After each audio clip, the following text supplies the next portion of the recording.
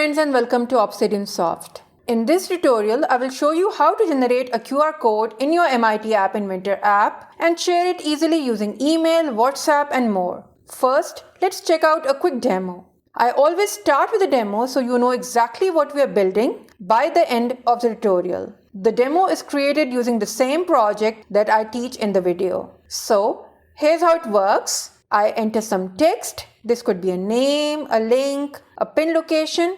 Then I tap the generate button and a QR code appears. Next, I share it by pressing the share button. I'm going to choose Gmail here.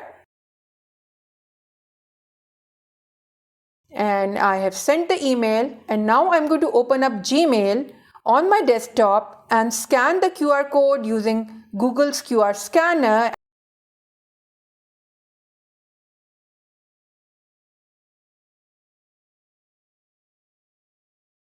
And you can see that it has been decoded successfully. By the way, I recently made a tutorial on creating an intelligent QR code scanner in MIT App Inventor, and I will drop the link for that in the video description as well. So let's get started. Open up MIT App Inventor, go to Projects, start a new project.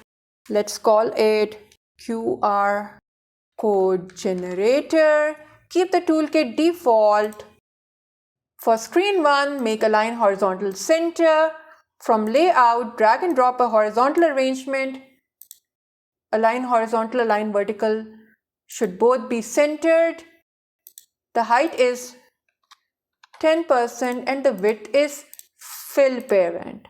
I should be able to duplicate it by selecting it and pressing Ctrl+C, Ctrl+V on the keyboard for Windows or Command+C, Command+V for Mac OS. But strangely, it wasn't working for me today. So I'm just going to do it manually.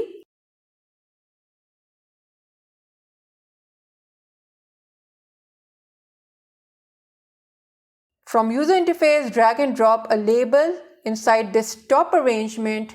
Font bold, font size 18, and change the text to enter text colon.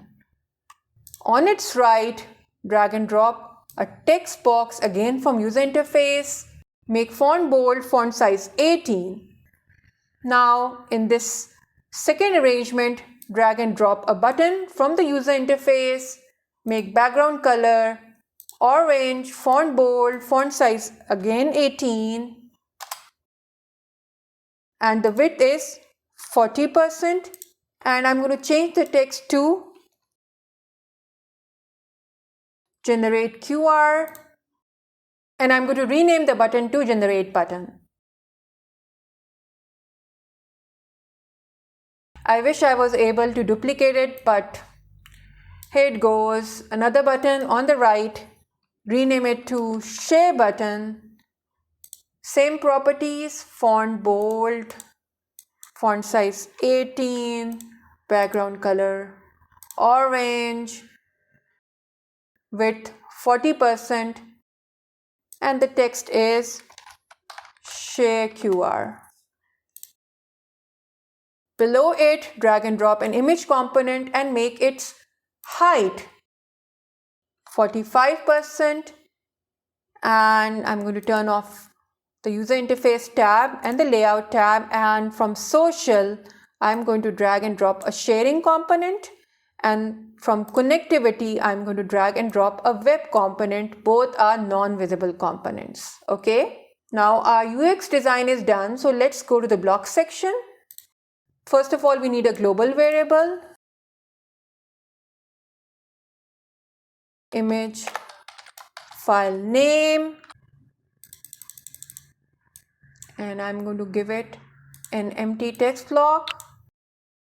When the generate button is clicked, I need to check if my text box isn't empty. Okay, so go to control, get the first if then block, go to logic, get the equal to block, check for not equal to. This can be duplicated, the empty text block, and we have to check that our text box dot text isn't empty. If it is not empty, I am going to set my web.url to a join of two things. And the first thing is an empty text block that I'm going to set here, and this will be an API call in this form. So I'm going to copy it from here and then paste it here. I will give this in the video description too. So this is basically an API call to quickchart.io to generate a chart image. Okay. So I'm telling it here to generate a QR code. Okay. And against this text box text. So I can duplicate it from here and plug this in.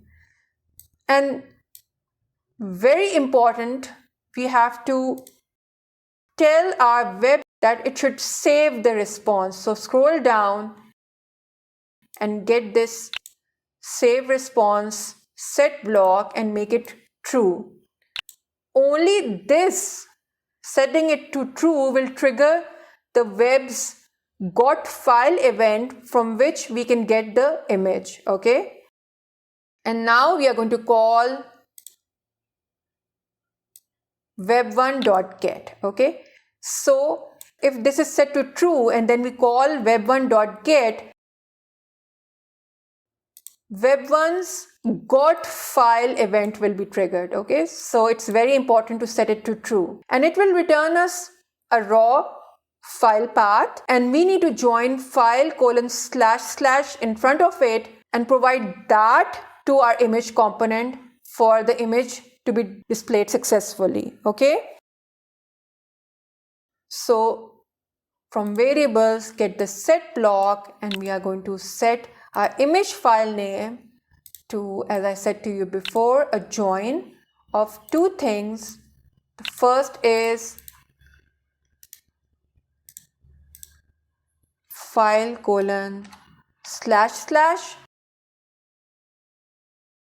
and then the file name. Okay. And then we are going to set our image components picture, this one,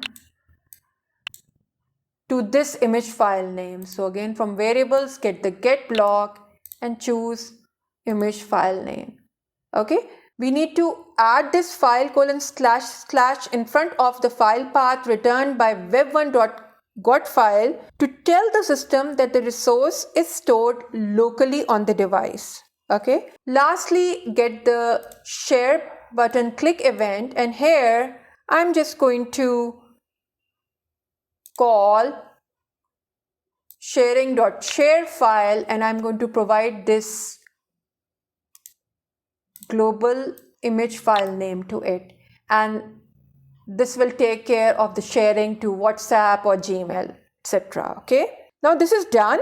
I will do a tutorial soon on how to save this image to your phone's gallery, and even I will do a tutorial on saving your images taken by the camera component in MIT App Inventor to your phone's gallery without using an extension. Okay, so stay tuned for that, and if you haven't subscribed to my channel, kindly do so that you don't miss that project that I will be soon doing, and the other projects, the other great projects that I've planned for you. So please like the video and share it with your friends, and thank you for watching. Have a good day and goodbye.